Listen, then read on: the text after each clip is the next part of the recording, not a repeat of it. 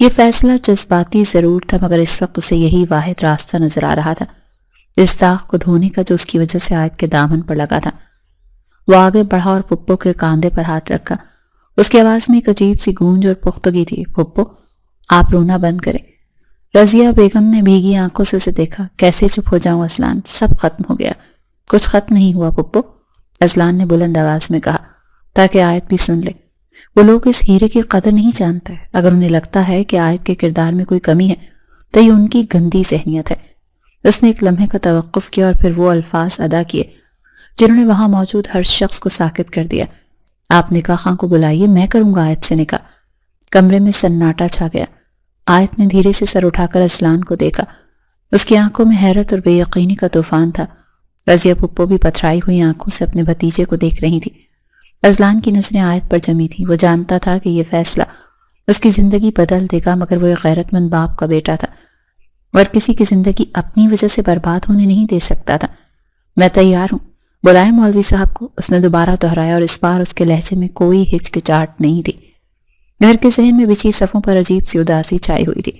حالانکہ وہاں شادی کا سما ہونا چاہیے تھا، مگر حالات نے ایسا پلٹا کھایا تھا کہ خوشیوں کی جگہ خوف اور حیرت نے لے لی تھی۔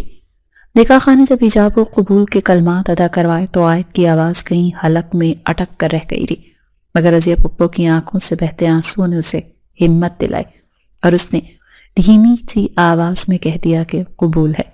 اذلان نے گہری سانس لے کر آسمان کی طرف دیکھا، جیسے اپنے کاندھوں پر ایک بھاری ذمہ داری کا بوجھ محسوس کر رہا ہو۔ نکاح کے فوراً بعد وہ صحن کے کونے میں گیا اور کان سے فون لگا لیا۔ دوسری طرف اس کے والد حیدر صاحب لائن پر تھے۔ بابا، میں نے نکاح کر لیا ہے آیت سے۔ اذلان کی آواز میں تھکاوٹ اور ایک عجیب سا سکون تھا۔ تم نے میرا سر فخر سے بلند کر دیا شیر۔ میں جانتا تھا کہ تم میری تربیت کی لاج رکھو گے۔ حیدر صاحب کی آواز میں اطمینان تھا، مگر اگلے ہی لمحے ان کے لہجے میں فکر در آئی۔ مگر بیٹا، ابھی یہ بات اپنی ماں سے چھپانا، تم تو جانتے ہو نا ان کا مزاج۔ وہ کبھی قبول نہیں کریں گے ان کی بہو ایک اتنے غریب گھرانے سے ہو۔ جب مناسب وقت آئے گا تو میں انہیں خود سنبھال لوں گا۔ اذلان نے اس بات میں سر ہلایا، حالانکہ وہ جانتا تھا کہ یہ جھوٹ زیادہ دیر چھپنے والا نہیں ہے۔ ٹھیک ہے بابا، جیسا آپ کہیں۔ میں ابھی کچھ دن میں واپس آ رہا ہوں۔ آیت یہیں رہے گی جب تک اس کا کالج ختم نہیں ہو جاتا۔ فون بند کر کے وہ رضیہ پھپھو کے پاس آیا، جو جائے نماز پر بیٹھی شکرانے کے نوافل ادا کر رہی تھی۔ پھپھو، میں واپس کینیڈا جا رہا ہوں، آپ ریلیکس ہو کر آیت کو پڑھنے دیں۔ میں وعدہ جو کیا ہے وہ نبھاؤں گا بھی۔ جب یہ اپنی پڑھائی مکمل کر لے گی تو میں خود عزت سے اسے لے جاؤں گا۔ آیت دروازے کی اوٹ میں کھڑی یہ سب سن رہی تھی۔ اس کے دل میں اذلان کے لیے احترام کا جذبہ بیدار ہوا، جس نے عین وقت پر اس کی عزت بچا لی تھی، ورنہ تائی نے تو اسے جیتے جی مار دیا تھا۔ وقت پڑ لگا کر اڑنے لگا۔ اذلان کینیڈا واپس چلا کر اپنے کاروباری مصروفیات میں گم ہو گیا۔ وہ کبھی کبھار پھپھو کو فون کر کے خیریت پوچھ لیتا، مگر آیت سے اس کی بات برائے نام ہی ہوتی۔ وہ اسے ہمدردی کی نظر سے دیکھتا تھا، محبت کی نظر سے نہیں، مگر تقدیر کو کچھ اور ہی منظور تھا۔ اذلان کے جانے کے ابھی 2 ہی مہینے گزرے تھے کہ ایک رات پاکستان سے آنے والی کال نے سب کچھ بدل کر رکھ دیا۔ آیت کی آواز ہچکیوں میں گم تھی جب اس نے اذلان کو بتایا کہ پھپھو کو اچانک دل کا دورہ پڑنے سے انتقال ہو گیا۔ یہ خبر اذلان اور حیدر صاحب پر بجلی بن کر گری۔ حیدر صاحب نے اپنی بیماری کی پرواہ کیے بغیر فوری طور پر پاکستان جانے کا فیصلہ کیا۔ میں اپنی بہن کا آخری دیدار کرنا چاہتا ہوں اور اب آیت وہاں اکیلی نہیں رہے گی۔ تدفین اور سوہم کے بعد حیدر صاحب نے فیصلہ سنا دیا، آیت اب ہمارے ساتھ کینیڈا جائے گی۔ یہاں اس کا کوئی نہیں ہے۔ آیت نے خالی نظروں سے اس گھر کو دیکھا جو کبھی اس کی ماں کی ہنسی سے گونجتا تھا اور اب ویران ہو چکا تھا۔ اس نے خاموشی سے سر جھکا دیا کیونکہ اب اذلان اور اس کے والد ہی اس کے واحد سہارا تھے۔ کینیڈا کا سفر خاموشی سے کٹا۔ جب وہ لوگ حیدر صاحب کے عالی شان بنگلے میں پہنچے تو اذلان کی ماں بیگم ثروت لاؤنج میں ہی موجود تھیں۔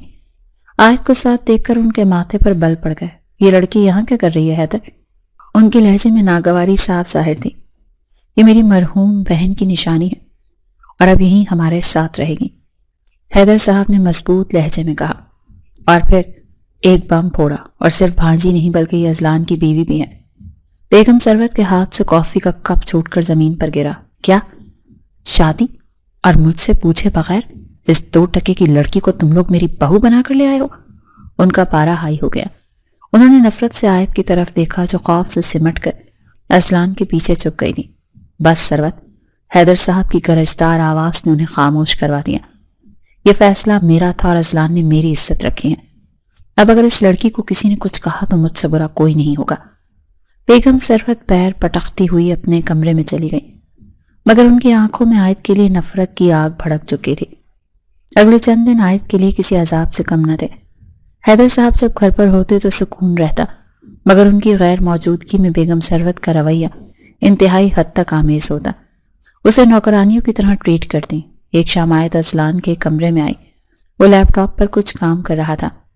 مجھے آپ سے کچھ بات کرنی ہے، اس کی آواز کانپ رہی تھی۔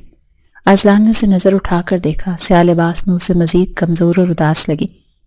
کہو کیا بات ہے؟ میں یہاں نہیں رہ سکتی، ممانی مجھے پسند نہیں کرتی۔ پلیز میرا داخلہ کسی کالج میں کروا دیں اور مجھے ہاسٹل میں شفٹ کروا دیں۔ میں وعدہ کرتی ہوں آپ کو شکایت کا موقع نہیں دوں گی۔ اس کی آنکھوں میں آنسو تیر رہے تھے۔ اذلان نے کچھ لمحے سوچا۔ وہ خود بھی ماں اور بیوی کے درمیان ہونے والی روز کی چپکلش سے تنگ تھا۔ ٹھیک ہے، بابا سے بات کر کے میں تمہارا ایڈمیشن کروا دوں گا۔ عائد کو ہاسٹل بھیج کر گھر کا ماحول کچھ پرسکون ہو گیا، مگر یہ سکون طوفان کا پیش خیمہ تھا۔ عائد کالج میں مصروف ہو گئی اور اپنی پڑھائی پر توجہ دینے لگی۔ وہ ذہین تھی اور جلدی اس نے وہاں کے ماحول میں خود کو ڈال لیا۔ کئی مہینے گزر گئے۔ اذلان اپنی دنیا میں مگن تھا۔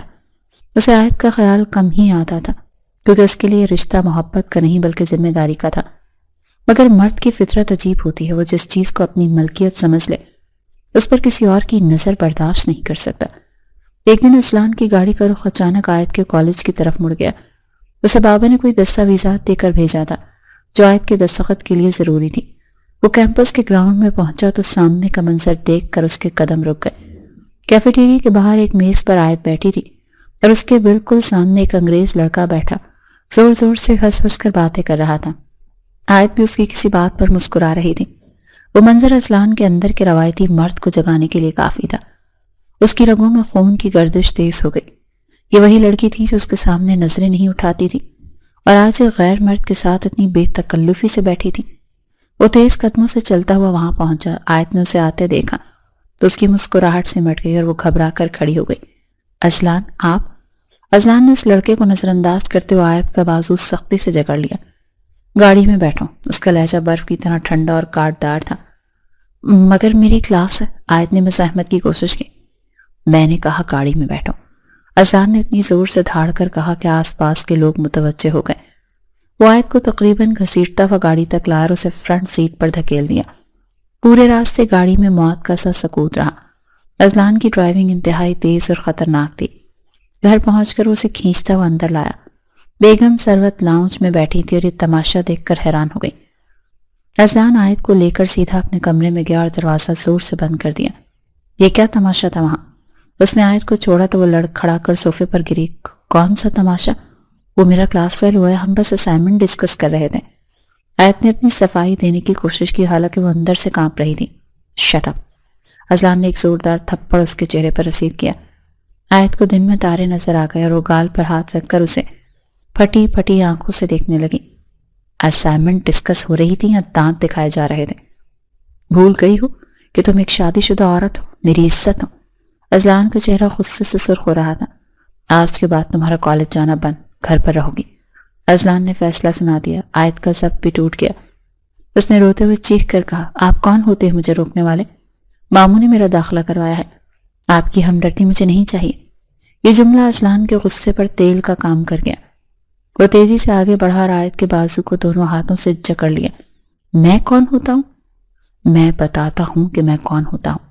میں شوہر ہوں تمہارا۔ لگتا ہے تم بھول گئی ہو اپنے رشتے کو۔ اس نے عائد کو کھینچ کر اپنے قریب کیا۔ عائد کی سانسیں اس کے چہرے سے ٹکرا رہی تھی۔ اذلان کی آنکھوں میں ایک جنون تھا جو عائد کو خوفزدہ کر رہا تھا۔ وہ اسے لے کر بیڈ کی طرف بڑھا۔ وہ آج اپنا حق جتانا چاہتا تھا۔ اسے بتانا چاہتا تھا کہ وہ کس کی ملکیت ہے۔ عائد نے مزاحمت کی مگر اذلان کی گرفت بہت مضبوط تھی۔ اس نے عائد کو بیڈ پر گرایا مگر جیسے ہی اس کی نظر عائد کے چہرے پر پڑی وہ رک گیا۔ عائد کی آنکھوں سے آنسو مسلسل بہہ رہے تھے اور اس کی آنکھوں میں وہی معصومیت اور خوف تھا جو اس نے پہلی بار پھپھو کے گھر میں دیکھا تھا۔ اذلان کا غصہ جھاگ کی طرح بیٹھ گیا۔ وہ جانور نہیں تھا، وہ ایک انسان تھا۔ وہ پیچھے ہٹا اور دونوں ہاتھوں سے اپنا سر تھام لیا۔ نکل جاؤ میری نظروں کے سامنے سے، اس نے دبی ہوئی آواز میں کہا۔ آیت جو اپنی عزت بچانے پر یقین نہیں کر پا رہی تھی فوراً اٹھی اور باتھ روم میں جا کر بند ہو گئی۔ اگلی صبح جب آیت کمرے سے باہر نکلی تو اس کی آنکھیں سوجی ہوئی تھیں۔ وہ رات بھر باتھ روم میں روتی رہی تھی۔ بیگم سروت جو موقع کی طاق میں تھی اسے اذلان کے کمرے سے نکلتا دیکھ کر تنزیہ مسکرائیں۔ واہ بھائی، بڑی معصوم بنتی تھی یہ لڑکی، آخر کار میرے بیٹے کو اپنے جال میں پھنسا ہی لیا۔ میں تو پہلے ہی کہتی تھی کہ اس کے لچھن ٹھیک نہیں، اپنی ماں کی طرح مردوں کو لبھانا خوب جانتی ہے۔ آیت کے لیے الفاظ خنجر سے کم نہ تھے، وہ وہیں کھڑی رہ گئی۔ اذلان جو بھی کمرے سے نکل رہا تھا اس نے اپنی ماں کے الفاظ سن لیے۔ اس رات والے واقعے پر پہلے ہی پچھتاوا تھا اور اب ماں کا یہ الزام اس سے برداشت نہیں ہوا۔ مام، بس کر دیں، آیت میری بیوی ہے، وہ رات میرے کمرے میں اپنے حق سے تھی۔ رہی بات جال میں پھنسانے کی تو اسے میں خود لے کر آیا تھا۔ اذلان نے ماں کو ٹوک کر آیت کا ہاتھ تھاما۔ چلو آیت، میں تمہیں کالج ڈراپ کر دوں۔ بیگم سروت منہ کھولے انہیں جاتا دیکھتی رہ گئیں۔ حیدر صاحب جو ویل چیئر پر بیٹھے اخبار پڑھ رہے تھے مسکرا دیے۔ انہیں خوشی تھی کہ ان کا بیٹا آہستہ آہستہ اپنی ذمہ داری سمجھ رہا ہے۔ اس واقعے کے بعد اذلان کی روٹین بن گئی کہ وہ آیت کو خود کالج چھوڑنے جاتا اور لینے بھی آتا۔ آیت خاموش رہتی مگر اس کی نظروں میں اذلان کے لیے ایک نرم گوشہ پیدا ہو رہا تھا۔ وہ سمجھ رہی تھی کہ اذلان اسے پسند کرنے لگا ہے، حالانکہ اذلان کے دل میں ابھی بھی صرف ذمہ داری کا احساس تھا۔ مگر زندگی کبھی ایک ڈگر پر نہیں چلتی۔ حیدر صاحب کی طبیعت اچانک بگڑ گئی۔ ڈاکٹرز کی تمام کوششوں کے باوجود وہ جاں بحث نہ ہو سکے اور خالق کے حقیقی سے جا ملے۔ یہ اذلان کے لیے بہت بڑا دھچکا تھا۔ وہ باپ جو اس کا دوست بھی تھا اور رہنما بھی چلا گیا تھا، مگر آیت کے لیے اس کی آخری پناہ گاہ کا چھت گرنے جیسا تھا۔ حیدر صاحب ہی تھے جو بیگم سروت کے سامنے اس کی ڈھال بنے ہوئے تھے۔ باپ کے انتقال کے بعد ابھی کچھ دن ہی گزرے تھے کہ بیگم سروت نے اپنے اصلی رنگ دکھانا شروع کر دیے۔ ایک رات وہ اذلان کے کمرے میں آئی اور فیصلہ کن انداز میں بولی، اذلان، اب بہت ہو گیا۔ تمہارے باپ کی وجہ سے میں خاموش تھی، مگر اب میں اس منحوس لڑکی کو مزید برداشت نہیں کر سکتی۔ مام پلیز، ابھی ڈیڈ کو گئے ہوئے کچھ ہی دن ہوئے ہیں۔ اذلان نے تھکے ہوئے لہجے میں کہا، مجھے کچھ نہیں سننا۔ یہ لڑکی اسی ہفتے پاکستان واپس جائے گی۔ میں اسے اپنی بہو تسلیم نہیں کرتی اور نہ ہی کبھی کروں گی۔ بیگم سروت نے دو ٹوک الفاظ میں کہا، وہ میری بیوی ہے مام، میں اسے ایسے کیسے چھوڑ دوں؟ وہ کہاں جائے گی پاکستان میں؟ اذلان نے دلیل دی، اگر تم نے اسے واپس نہیں بھیجا تو میں یہ گھر چھوڑ کر چلی جاؤں گی، پھر تم رہنا اپنی اس چہیتی کے ساتھ، فیصلہ تمہارا ہے، ماں چاہیے یا یہ 2 ٹکے کی لڑکی۔ یہ کہہ کر وہ کمرے سے نکل گئی۔ اذلان سر پکڑ کر بیٹھ گیا۔ وہ بری طرح سے پھنس چکا تھا۔ ایک طرف اس کی ماں تھی جو اس کے لیے واحد خونی رشتہ بچا تھا، اور دوسری طرف آیت تھی جو بے قصور تھی۔ کمرے کے باہر کھڑی آیت نے یہ سب سن لیا۔ اس نے اپنے منہ پر ہاتھ رکھ کر اپنی چیخ روکی۔ اس کی آنکھوں میں ویرانی چھا گئی۔ کیا اس کی قسمت میں صرف دھدکارا جانا ہی لکھا تھا؟ اذلان نے فیصلہ کر لیا، وہ اپنی ماں کو کھونا نہیں چاہتا تھا۔ اس نے سوچا وہ آیت کو پاکستان بھیج دے گا اور وہاں اس کے لیے ہر آسائش مہیا کر دے گا، مگر ماں کے سامنے اسے نہیں رکھ سکتا تھا۔ لیکن اس نے یہ بات آیت کو بتانے کی ہمت نہیں کی کہ وہ اسے ہمیشہ کے لیے بھیج رہا ہے۔ اس نے ٹریول ایجنٹ کو کال کر کے آیت کی ٹکٹ بک کروائی اور پھر آیت کے پاس آیا۔ آیت، کل تمہاری فلائٹ ہے۔ آیت کا دل ڈوب گیا۔ وہ سمجھ گئی کہ اذلان نے ماں کو چن لیا ہے۔ اس نے خاموشی سے سر چکا دیا، ٹھیک ہے۔ لیکن اذلان کے دماغ میں کچھ اور ہی چل رہا تھا۔ فلائٹ سے 1 رات پہلے وہ آیت کے کمرے میں آیا۔ اس کی نظروں میں ایک عجیب سی چمک تھی۔ وہ جانے سے پہلے اپنے رشتے کی تکمیل چاہتا تھا، شاید اس لیے کہ وہ خود کو یقین دلا سکے کہ آیت صرف اس کی ہے۔ آیت، اس نے نرمی سے پکارا۔ آیت نے پلٹ کر اسے دیکھا۔ وہ اس شخص سے بے پناہ محبت کرتی تھی جس نے اسے زمانے کی تذلیل سے بچایا تھا۔ میں چاہتا ہوں ہمارے درمیان جو فاصلے ہیں وہ ختم ہو جائیں۔ میں اپنا رشتہ مکمل کرنا چاہتا ہوں۔ اذلان نے اس کا ہاتھ تھام لیا۔ آیت کے دل کی دھڑکن تیز ہو گئی۔ اسے لگا شاید اذلان اسے روکنا چاہتا ہے، شاید یہ قربت ان کے رشتے کو اتنا مضبوط کر دے کہ ممانی اسے کبھی الگ نہ کر سکے۔ اس خوش فہمی میں اس نے کوئی مزاحمت نہیں کی۔ اس نے اپنی محبت کے آگے سر تسلیم خم کر دیا اور خود کو اذلان کے حوالے کر دیا، اس امید پر کہ یہ رات اسے ہمیشہ کے لیے اذلان کا بنا دے گی۔ مگر وہ نہیں جانتی تھی کہ صبح کا سورج اس کے لیے بربادی کا پیغام لے کر طلوع ہونے والا ہے۔ صبح کی پہلی کرن کھڑکی کے پردوں سے چھن کر اندر آئی تو آیت کی آنکھیں کھل گئیں۔ وہ بستر سے اٹھی تو دیکھا کہ اذلان پہلے سے تیار ہو کر صوفے پر بیٹھا تھا۔ اس کا چہرہ سپاٹ تھا اور نظریں جھکی ہوئی۔ آیت مسکراتے اس کی طرف بڑھی۔ السلام علیکم اذلان، آپ اتنی جلدی تیار ہو گئے؟ آج آفس نہیں جانا کیا؟ اذلان نے سر اٹھا کر اسے دیکھا. اس کی آنکھوں میں ایک عجیب سی اجنبیت تھی جس نے آیت کے بڑھتے قدموں کو روک دیا. اذلان نے میز پر رکھا ایک لفافہ اٹھا کر اس کی طرف بڑھا دیا. یہ کیا ہے؟ آیت نے ناسمجھی سے لفافہ تھامتے ہوئے پوچھا. یہ تمہارا ٹکٹ ہے، آج شام کی فلائٹ ہے. اذلان کا لہجہ اتنا سرد تھا کہ آیت کو لگا جیسے کسی نے اس پر ٹھنڈا پانی انڈیل دیا ہو. ٹکٹ؟ فلائٹ؟ میں کچھ سمجھی نہیں. ہم کہیں جا رہے ہیں؟ اس کے لبوں سے بمشکل الفاظ ادا ہوئے. ہم نہیں آیت، صرف تم جا رہی ہو پاکستان. اذلان نے نظریں چراتے ہوئے کہا. مام تمہیں یہاں برداشت نہیں کر سکتی. میں مزید گھر میں فساد نہیں چاہتا. میں وہاں تمہاری رہائش کا انتظام کر دیا ہے. تم وہاں جا کر اپنی زندگی سکون سے گزار سکتی ہو. میں تمہارا خرچ بھیجتا رہوں گا. آیت کے ہاتھوں سے لفافہ چھوٹ کر زمین پر گر گیا. اسے اپنے کانوں پر یقین نہیں آ رہا تھا. تو جو کل رات ہوا وہ کیا تھا؟ وہ سب جھوٹ تھا؟ اس کی آواز میں آنسوں کی نمی گھل گئی. وہ ایک کمزوری تھی، ایک غلطی سمجھ لو یا جذبات کی رو. اذلان نے پتھر لہجے میں کہا، حالانکہ اندر سے وہ خود کو کوس رہا تھا، مگر وہ مجبور تھا. ماں کے گھر چھوڑنے کی دھمکی نے اسے بے بس کر دیا تھا. آیت کی آنکھوں میں تیرتے آنسو یکدم خشک ہو گئے. اس کے اندر کچھ ٹوٹ گیا. وہ محبت جو اس کے دل میں اذلان کے لیے معجزن تھی، پل بھر میں نفرت اور حقارت میں بدل گئی. آپ نے مجھے استعمال کیا. آپ جانتے تھے کہ آپ مجھے گھر سے نکال رہے ہیں، پھر بھی آپ نے میری محبت کا فائدہ اٹھایا. مجھے لگا تھا کہ آپ میرے محافظ ہیں، مگر آپ تو اپنی ماں سے بھی بڑے سوداگر نکلے. اذلان خاموش رہا. اس کے پاس کوئی جواب نہیں تھا. تیار ہو جاؤ، ڈرائیور تمہیں ایئرپورٹ چھوڑ دے گا. یہ کہہ کر وہ کمرے سے نکل گیا. آیت وہیں قالین پر بیٹھ گئی. اس کا وجود کرچی کرچی ہو چکا تھا، لیکن پھر اس نے اپنے آنسو پونچھے. اب رونے کا وقت نہیں تھا.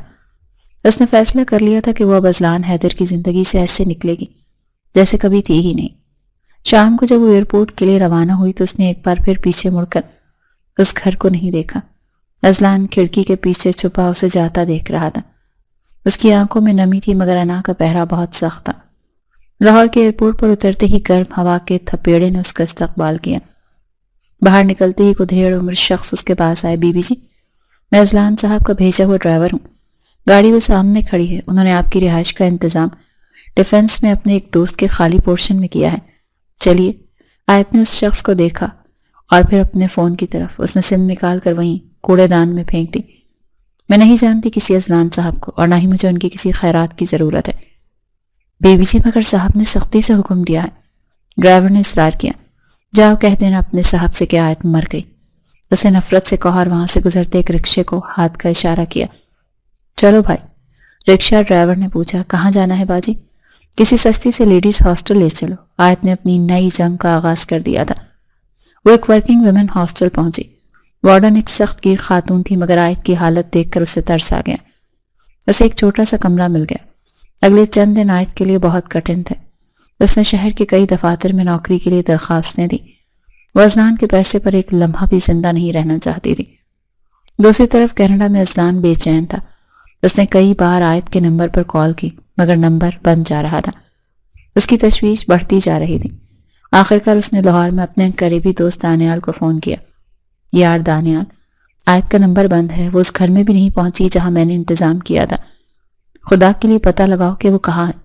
مجھے بہت فکر ہو رہی ہے. اذلان کی آواز میں گھبراہٹ تھی. دانیال نے 2 دن بعد اسے خبر دی. اذلان وہ ایک ہاسٹل میں رہ رہی ہے. میں نے پتہ کروا لیا ہے، وہ خیریت سے ہے. لیکن یار وہ تم سے بہت شدید نفرت کرتی ہے. اس نے تمہارے بھیجے ہوئے بندے کو صاف انکار کر دیا تھا. اذلان نے گہری سانس لی. کم از کم وہ محفوظ تو تھی. دانیال، ایک کام کرو، اسے نوکری کی سخت ضرورت ہوگی. میرا کوئی بھی ریفرنس استعمال کیے بغیر اسے کسی اچھی جگہ جاب دلوا دو. اسے پتہ نہیں چلنا چاہیے کہ یہ میری وجہ سے ہے. اور ایسا ہی ہوا. آیت ایک ملٹائی نیشنل کمپنی میں انٹرویو کے لیے گئی تو اسے امید نہیں تھی کہ اسے اتنی آسانی سے جاب مل جائے گی، مگر مینیجر نے اسے فوراً ہائر کر لیا. یہ سب پس پردہ اذلان کی ہدایات پر ہو رہا تھا، مگر آیت اپنی محنت اور قابلیت سمجھ کر مطمئن تھی. ہاسٹل کی زندگی آسان نہیں تھی. وارڈن سخت تھی اور سہولیات کم، مگر آیت نے شکایت نہیں کی. وہ دن رات محنت کرتی اور تھک کر سو جاتی تاکہ اسے ماضی یاد نہ آئے. ادھر اذلان روزانہ دانیال کو فون کر کے آیت کی خیریت دریافت کرتا. آج اس نے کھانا کھایا؟ ہاں یار، وارڈن سے بات ہوئی تھی، وہ ٹھیک ہے. آج اس نے تنخواہ لی ہے. دانیال اسے رپورٹ دیتا. اذلان کو سکون ملتا کہ وہ اپنے پیروں پر کھڑی ہو رہی ہے. لیکن اب اذلان کا اگلا مشن باقی تھا. اسے اپنی ماں کو ان کی غلطی کا احساس دلانا تھا۔ وہ جانتا تھا کہ بیگم سروت صرف دولت اور اسٹیٹس کی زبان سمجھتی ہیں۔ وہ عائد کی سادگی اور شرافت کو اس کی کمزوری سمجھتی تھی۔ اذلان نے ایک بہت بڑا ڈرامہ رچانے کا فیصلہ کیا۔ اس نے اپنی کمپنی میں کام کرنے والی ایک ماڈل ایملی سے رابطہ کیا۔ ایملی ایک منہ پھٹ اور آزاد خیال انگریز لڑکی تھی جو پیسوں کے لیے کچھ بھی کر سکتی تھی۔ لڑکی سے ڈیل کرنے کے بعد ایک شام اذلان ایملی کا ہاتھ تھامے گھر میں داخل ہوا۔ بیگم سروت لاؤنج میں چائے پی رہی تھی۔ موم، ملیے میری بیوی سے، ایملی اذلان حیدر۔ اذلان نے اسپاٹ لہجے میں بم پھوڑا۔ بیگم سروت کے ہاتھ سے چائے کا کپ چلا گیا۔ کیا بکواس ہے، یہ کون ہے؟ اور وہ آیت کہاں؟ آیت کو تو میں نے آپ کے کہنے پر چھوڑ دیا۔ آپ کو وہ پسند نہیں تھی نا؟ آپ کہتی تھی وہ ہمارے اسٹیٹس کی نہیں ہے، تو لیجیے، میں لے آیا ہوں آپ کے اسٹیٹس کے مطابق بہو۔ ایملی ایک بہت بڑے بزنس ٹائکون کی بیٹی ہے۔ اب آپ خوش ہیں؟ اذلان نے طنزیہ مسکراہٹ کے ساتھ کہا۔ ایملی نے آگے بڑھ کر بیگم سروت کو گلے لگانے کی کوشش کی اور عجیب سے لہجے میں کہا، ہائے موم، نائس ٹو میٹ یو۔ مجھے امید ہے کہ آپ مجھے میری پرائیویسی دیں گے۔ مجھے اولڈ مائنڈڈ لوگ پسند نہیں۔ بیگم سروت کو لگا جیسے کسی نے ان کا سانس بند کر دیا ہو۔ اذلان، تم پاگل ہو گئے ہو؟ ایک غیر ملکی لڑکی جس کا نہ دین نہ مذہب، اسے تم میرے گھر لے آئے؟ گھر تو میرا ہے موم، اذلان نے سختی سے کہا، اور بیوی بھی میری۔ آپ کو تو بس اسٹیٹس چاہیے تھا نا، وہ میں لے آیا۔ اب آپ کو کوئی اعتراض نہیں ہونا چاہیے۔ چلو ایملی، میں تمہیں تمہارا کمرہ دکھا دوں۔ وہ ماں کو جلتا کڑتا چھوڑ کر ایملی کو لے کر اوپر چلا گیا۔ بیگم سروت سر پکڑ کر بیٹھ گئی۔ انہیں آیت کا معصوم چہرہ یاد آیا جو ہر بات پر جی ممانی کرتی تھی اور وہ اسے جھڑک دیتی تھی۔ اگلے چند دن گھر میں طوفان برپا رہا۔ ایملی نے گھر کا نقشہ بدلنا شروع کر دیا۔ اس نے بیگم سروت کے پسندیدہ فرنیچر کو یہ کہہ کر باہر پھینکوا دیا کہ یہ آؤٹ آف ڈیٹڈ ہے۔ ایملی نے کچن پر بھی قبضہ کر لیا۔ اس نے پاکستانی کھانے بننے بند کروا دیے۔ آج سے صرف کانٹیننٹل بنے گا، مجھے یہ تیل اور مسالے والے سالن کی بو پسند نہیں، اس نے حکم جاری کیا۔ بیگم سروت بھوکی رہ گئیں کیونکہ انہیں ابلے ہوئے کھانے پسند نہیں تھے۔ رات کو جب وہ بھوک سے بےحال ہو کر کچن میں چھپ کر کچھ بنانے گئیں تو ایملی نے انہیں دیکھ لیا۔ اوہ مائی گاڈ مام، آپ چوری چھپے کھانا بنا رہی ہیں، یہ کتنا ڈاؤن مارکیٹ لگتا ہے۔ اس نے زور زور سے ہنسنا شروع کر دیا۔ بیگم سروت کی آنکھوں میں آنسو آ گئے۔ انہیں وہ وقت یاد آیا جب آیت ان کے لیے اپنے ہاتھوں سے گرم روٹیاں بناتی تھی اور ان کی پسند کا خیال رکھتی تھی۔ انہیں اپنی غلطی کو شدت سے احساس ہونے لگا۔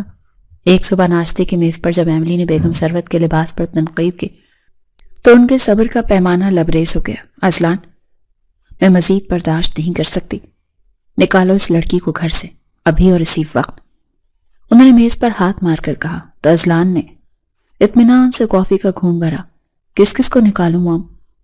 پہلی بیوی کو آپ کے کہنے پر نکالا، اب دوسری سے بھی آپ کو مسئلہ ہے۔ آپ چاہتی کیا ہیں آخر؟ میں کچھ نہیں جانتی، مجھے میرا سکون چاہیے۔ یہ لڑکی بدتمیز ہے، بےہودہ ہے، مجھے یہ نہیں چاہیے۔ بیگم سروت پھٹ پڑی۔ اذلان کا چہرہ سنجیدہ ہو گیا۔ اس نے کافی کا کپ رکھا اور ماں کی آنکھوں میں دیکھا۔ اگر یہ نہیں چاہیے تو پھر کون چاہیے؟ وہ آیت جسے آپ نے دھتکار دیا تھا، وہ جو آپ کی ہر بدتمیزی پر خاموش رہتی تھی۔ بیگم سروت کی آنکھوں سے آنسو جاری ہو گئے۔ ہاں وہ اس سے لاکھ درجے بہتر تھی، وہ شرافت والی تھی، وہ میرا ادب کرتی تھی۔ مجھ سے بہت بڑی غلطی ہو گئی اذلان، میں نے ہیرے کو ٹکرا کر پتھر اٹھا لیا۔ تو اب کیا کریں ماں؟ آپ کہیں تو میں آپ کے لیے کوئی اولڈ ہاؤس دیکھ لیتا ہوں، کیونکہ ایملی تو یہاں سے نہیں جائے گی۔ اذلان نے آخری تیر چلایا۔ نہیں، میں کسی اولڈ ہاؤس نہیں جاؤں گی، میں پاکستان واپس جا رہی ہوں۔ مجھے اپنے وطن جانا ہے، اپنے لوگوں میں، وہاں کم از کم عزت تو ہوگی۔ بیگم سروت نے روتے ہوئے کہا۔ اذلان کے چہرے پر ایک خفیہ مسکراہٹ آئی۔ اس کا مقصد پورا ہو رہا تھا۔ ٹھیک ہے ماں، اگر آپ نے فیصلہ کر لیا ہے تو میں بھی آپ کے ساتھ چلتا ہوں۔ میں یہاں کا سارا بزنس سمیٹ رہا ہوں، ہم ہمیشہ کے لیے پاکستان شفٹ ہو رہے ہیں۔ بیگم سروت نے حیرت سے اسے دیکھا۔ ہمیشہ کے لیے؟ مگر تمہارا کاروبار؟ سب کچھ آپ سے بڑھ کر نہیں ہے۔ میں اس بلا کو یعنی ایملی کو طلاق دے دوں گا، لیکن میری ایک شرط ہے۔ اذلان نے رک کر ماں کو دیکھا۔ کیا شرط؟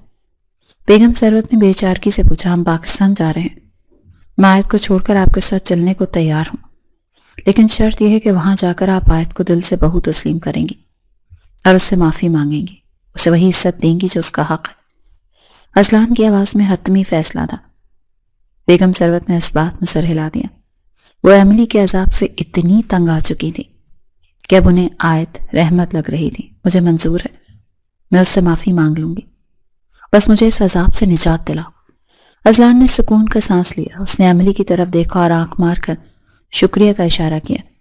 ایملی نے بھی مسکرا کر انگوٹھا دبایا۔ ڈرامہ کامیاب رہا۔ دوسری طرف لاہور میں آیت اپنی زندگی کی ایک نئی حقیقت سے آشنا ہو رہی تھی۔ گزشتہ چند دنوں سے اس کی طبیعت خراب رہ رہی تھی۔ چکر آنا اور متلی ہونا معمول بن گیا تھا۔ اس نے ہاسٹل کے قریب ایک کلینک سے ٹیسٹ کروایا۔ آج جب وہ رپورٹ لینے گئی تو لیڈی ڈاکٹر کے الفاظ نے اس کے پیروں تلے سے زمین نکال دی۔ مبارک ہو بی بی، آپ امید سے ہیں۔ آیت سن ہو کر رہ گئی۔ وہ رپورٹ ہاتھ میں لیے ہاسٹل کے کمرے میں واپس آئی اور بستر پر گر کر رونے لگی۔ یا اللہ، یہ کیا آزمائش ہے؟ میں اس بچے کو لے کر کہاں جاؤں گی؟ اس کا باپ تو مجھے کب کا چھوڑ چکا۔ اسے اذلان پر شدید غصہ آیا۔ اس نے اسے نہ صرف استعمال کیا بلکہ اب ایک ایسی نشانی بھی دے دی جو عمر بھر اسے اذلان کی یاد دلاتی رہے گی۔ وہ اپنے پیٹ پر ہاتھ رکھ کر رو رہی تھی جب کمرے کے دروازے پر دستک ہوئی۔ وارڈن اندر داخل ہوئی۔ آیت، تم سے ملنے کوئی آیا ہے، گیسٹ روم میں آ جاؤ۔ آیت نے حیرت سے آنسو پہنچے۔ مجھ سے ملنے کون ہو سکتا ہے؟ اس نے سوچا، کیا دانیال بھائی ہوں گے؟ وہ اکثر اس کی خیریت پوچھنے آتے رہتے رہے۔ وہ بھاری قدموں سے چلتی ہوئی گیسٹ روم کی طرف گئی۔ جیسے اس نے دروازہ کھولا تو سامنے کھڑے شخص کو دیکھ کر اس کا سانس رک گیا۔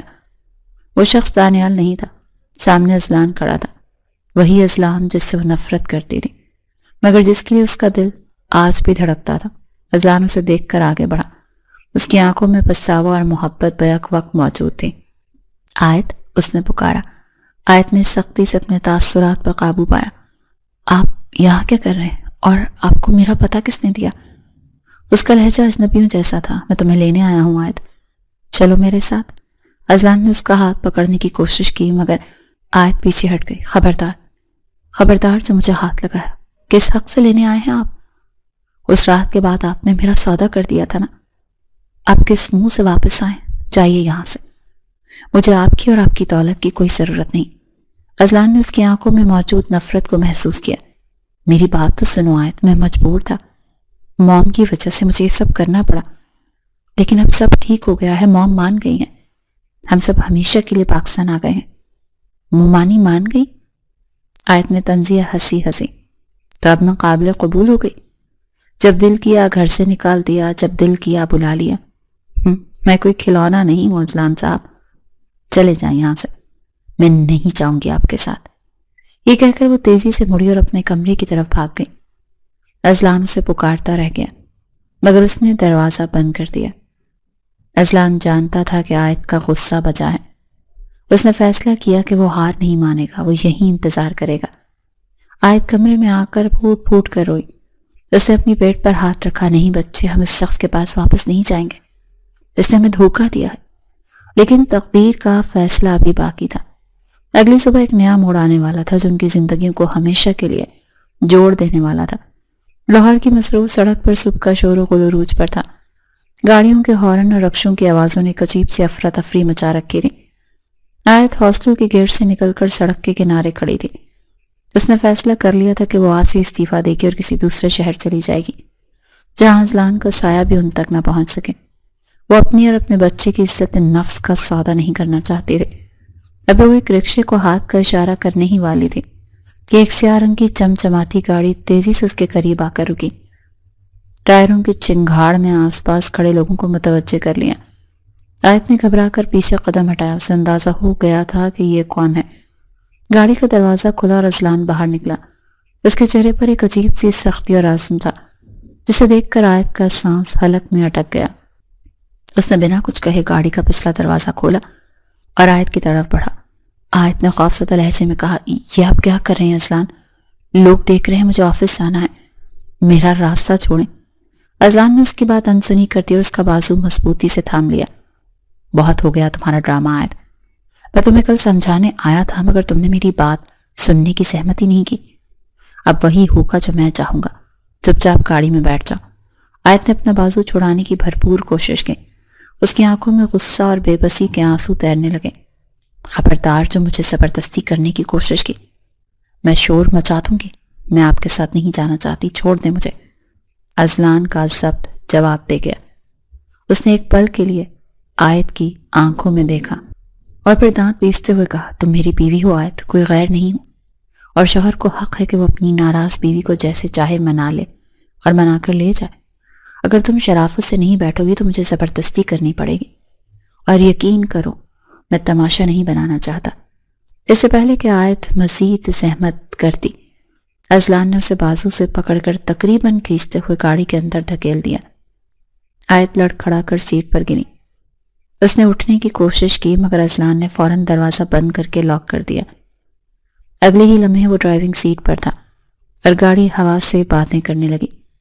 آیت نے دروازہ کھولنے کی کوشش کی مگر وہ لاک تھا۔ اس نے روتے ہوئے چیخ کر کہا، آپ مجھے کہاں پر لے کر جا رہے ہیں؟ میں آپ پر پولیس کیس کر دوں گی، یہ اغوا ہے، آپ ایسا نہیں کر سکتے۔ اذلان نے شیشے سے اس کا روتا ہوا چہرہ دیکھا تو اس کے دل میں ایک ٹیس سی اٹھے، مگر اس نے اپنا لہجہ سخت کر رکھا تھا کیونکہ وہ جانتا تھا کہ اس وقت نرمی دکھانا اسے کھو دینے کے مترادف ہوگا۔ جو کرنا ہے کر لینا آیت، لیکن فی الحال ہم گھر جا رہے ہیں، وہ گھر جہاں اب صرف وہی ہوگا جو تمہاری عزت اور سکون کے لیے بہتر ہے۔ آیت نے منہ دوسری طرف پھیر لیا، اس کا دل زور زور سے دھڑک رہا تھا۔ اسے خوف تھا کہ کہیں اذلان اسے دوبارہ اسی ذلت کے غار میں نہ لے جائے جہاں اس کی ماں بیگم ثروت موجود تھی۔ وہ اپنے بچے کو اس ماحول میں نہیں پالنا چاہتی تھی جہاں اس کی ماں کی تذلیل کی جاتی ہو۔ تقریباً آدھے گھنٹے کی مسافت کے بعد گاڑی ڈیفنس کے ایک پوش علاقے میں ایک خوبصورت سی کوٹھی کے گیٹ سے اندر داخل ہوئی۔ یہ وہ گھر نہیں تھا جہاں آیت پہلے رہی تھی، یہ کوئی نئی جگہ تھی۔ گاڑی رکتے ہی اذلان نے باہر نکل کر آیت کی طرف کا دروازہ کھولا۔ اتر جاؤ، ہم پہنچ گئے ہیں۔ آیت بدھ بنی بیٹھی رہی، وہ اپنی جگہ سے ہلنے کو تیار نہیں تھی۔ اذلان نے گہری سانس لی اور جھک کر اس کا ہاتھ تھام لیا۔ اس بار اس کے لمس میں سختی کے بجائے ایک التجا تھی۔ آیت پلیز ایک بار میرے کہنے پر اندر چلو، اگر وہاں کا ماحول تمہیں پسند نہیں آیا تو میں وعدہ کرتا ہوں کہ میں تمہیں خود واپس چھوڑ کر آؤں گا اور پھر کبھی تمہاری زندگی میں مداخلت نہیں کروں گا۔ آیت نے اذلان کی آنکھوں میں دیکھا، وہاں سچائی تھی۔ اس نے بے دلی سے قدم بڑھائے۔ اذلان نے اسے لے کر گھر کے مرکزی دروازے کی طرف بڑھا۔ آیت کے دل میں وسوسے سر اٹھا رہے تھے۔ کیا اندر ممانی ہوں گی؟ اگر ہوں گی تو کیا وہ پھر سے اسے نوکرانی بنا کر رکھیں گی؟ جیسے ہی وہ لاؤنج میں داخل ہوئے، سامنے کا منظر دیکھ کر آیت کے قدم زمین میں گڑ گئے۔ سامنے صوفے پر بیگم ثروت بیٹھی تھی، لیکن یہ وہ بیگم ثروت نہیں تھی جنہیں آیت جانتی تھی۔ ان کا چہرہ اترا ہوا تھا اور ان کی آنکھوں میں ایک عجیب سی عاجزی تھی۔ وہ آیت کو دیکھتے ہی اپنی جگہ سے کھڑی ہو گئی تو آیت کا رنگ فاق ہو گیا۔ اس نے خوفزدہ ہو کر اذلان کا بازو پکڑ لیا اور پیچھے ہٹنے لگی۔ مجھے یہاں نہیں رہنا، مجھے واپس جانا ہے، میں نے کہا تھا نا مجھے ان کا سامنا نہیں کرنا۔ اذلان نے اس کے کاندھے پر ہاتھ رکھ کر اسے روکا اور نرمی سے کہا، ڈرو مت آیت، کوئی تمہیں کچھ نہیں کہے گا، بس ایک بار ان کی بات تو سن لو۔ بیگم ثروت آہستہ آہستہ چلتی ہوئی آیت کے قریب آئی۔ آیت کا دل حلق میں آ گیا۔ وہ جھکنے کے لیے تیار تھی کہ ممانی حسب معمول کوئی تانا دیں گی یا اسے گھر سے نکالنے کا کہیں گی، مگر ہوا تو اس کے بالکل برعکس۔ بیگم ثروت نے کانپتے ہاتھوں سے آیت کا چہرہ تھاما اور اس کی آنکھوں سے آنسو جاری ہو گئے۔ آیت بیٹی، مجھے معاف کر دو۔ آیت کو لگا جیسے اس کے کان بج رہے ہیں یہ الفاظ اور بیگم ثروت کے منہ سے۔ وہ ساکت کھڑی انہیں دیکھتی رہی۔ بیگم ثروت نے روتے ہوئے اپنا سر جھکا لیا۔ میں بہت بدبخت ہوں آیت، میں نے ہیرے کی قدر نہیں کی، میں نے اپنی انا اور تکبر میں آ کر تمہاری معصومیت کو کچل دیا، میں نے اپنے بیٹے کی خوشیوں کا گلا گھونٹا، لیکن خدا نے مجھے میری اوقات یاد دلا دی۔ اس انگریز لڑکی نے مجھے بتایا کہ عزت پیسے اور ماڈرن ہونے میں نہیں ہوتی بلکہ خلوص اور وفا میں ہوتی ہے۔ آیت کی آنکھوں میں بھی نمی تیرنے لگی۔ اسے یقین نہیں آ رہا تھا کہ ممانی اس سے معافی مانگ رہی ہے۔ بیگم ثروت نے آیت کے ہاتھ پکڑ کر چوم لیے۔ خدا کے لیے مجھے معاف کر دو بیٹی، میں وعدہ کرتی ہوں کہ اب تمہیں کبھی شکایت کا موقع نہیں دوں گی۔ میں تمہیں اپنی بہو نہیں اپنی بیٹی بنا کر رکھوں گی، بس میرے بیٹے کو چھوڑ کر مت جاؤ۔ تمہارے جانے کے بعد یہ زندہ لاش بن گیا تھا۔ آیت کا دل پگھل گیا۔